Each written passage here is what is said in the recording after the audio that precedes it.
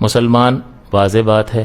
اس کا مسلمان ہونا، تو عاقل بالغ مرد مسلمان قاری قرأت کرنے پر قدرت رکھتا ہو، یعنی صاحب علم ہو۔ اور قرأت کا مسئلہ یہ ہے، جب ہم صاحب علم کہیں گے تو قرأت سے متعلق جو ضروری لازمی علم ہے وہ بھی اسے حاصل ہونا چاہیے، اور اس کے علاوہ نماز کی شرائط ہیں، نماز کے فرائض ہیں، پھر امام کی، یہ تو ایک عام نمازی کو بھی سیکھنا ہوتا ہے، لیکن امام کی ذمہ داری زیادہ ہے، وہ لیڈ کر رہا ہے قوم کو، تو کچھ ذمہ داریاں اس پر مزید ہوتی ہیں کہ اگر وضو اس کا ٹوٹ جائے تو وہ کس طرح سے اپنا نائب مقرر کرے گا، اس کا کیا طریقہ کار ہوگا، پھر اگر وہ کچھ بھول جائے اور پیچھے سے لوگ اسے لقمہ دے رہے ہوں تو کب کس حالت میں لقمہ لینا درست ہوتا ہے، کس حالت میں منع ہوتا ہے۔ تو اگر غیر محل میں اس نے کسی کا قول لے لیا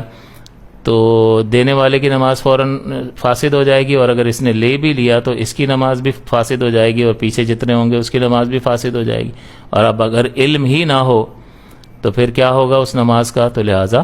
ایسی صورت میں اس کو کچھ مزید اضافی باتوں کا علم ہونا لازم اور ضروری ہوگا۔ تو قاری کے لیے ضروری ہے کہ وہ تمام حروف کو مخارج کے ساتھ ادا کر سکے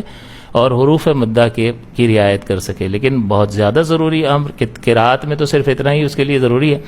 اور وہ آسان ہے سیکھنا اس کے لیے، لیکن دیگر جو علوم ہیں شرائط اس کی 6 ہیں۔ طہارت ایک طویل ٹاپک ہے، ایک طویل چیپٹر ہے جس میں بڑی تفصیل ہوتی ہے اس کو سیکھنا، کپڑوں کی پاکی ناپاکی کا مسئلہ ہے، پانی جو آپ آلے کے طور پر استعمال کر رہے ہیں اس پانی کا مسئلہ ہے کہ آپ نے کس پانی سے یہ نجاست حقیقیہ کو حکمیہ کو اب دور کر سکتے ہیں، کس پانی سے نہیں کر سکتے، تو یہ ساری تفصیل جو ہے وہ جاننا ضروری ہے، اور ظاہر سی بات ہے کہ یہ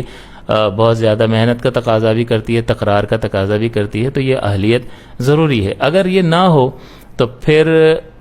لوگوں کی نمازوں کا نقصان ہوگا، اس کی ذمہ داری کس پر عائد ہوگی؟ تو اس اعتبار سے اگر دیکھا جائے تو اس شخص پر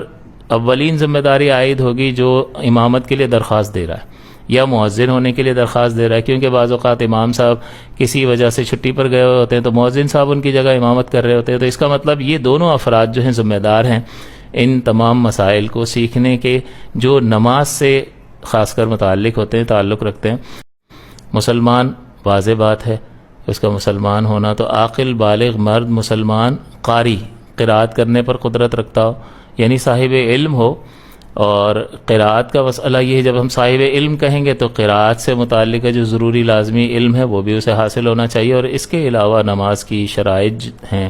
نماز کے فرائض ہیں، پھر امام کی، یہ تو ایک عام نمازی کو بھی سیکھنا ہوتا ہے، لیکن امام کی ذمہ داری زیادہ ہے، وہ لیڈ کر رہا ہے قوم کو، تو کچھ ذمہ داریاں اس پر مزید ہوتی ہیں کہ اگر وضو اس کا ٹوٹ جائے تو وہ کس طرح سے اپنا نائب مقرر کرے گا، اس کا کیا طریقہ کار ہوگا، پھر اگر وہ کچھ بھول جائے اور پیچھے سے لوگ اسے لقمہ دے رہے ہوں تو کب کس حالت میں لقمہ لینا درست ہوتا ہے، کس حالت میں منع ہوتا ہے۔ تو اگر غیر محل میں اس نے کسی کا قول لے لیا تو دینے والے کی نماز فوراً فاسد ہو جائے گی، اور اگر اس نے لے بھی لیا تو اس کی نماز بھی فاسد ہو جائے گی، اور پیچھے جتنے ہوں گے اس کی نماز بھی فاسد ہو جائے گی۔ اور اب اگر علم ہی نہ ہو تو پھر کیا ہوگا اس نماز کا؟ تو لہٰذا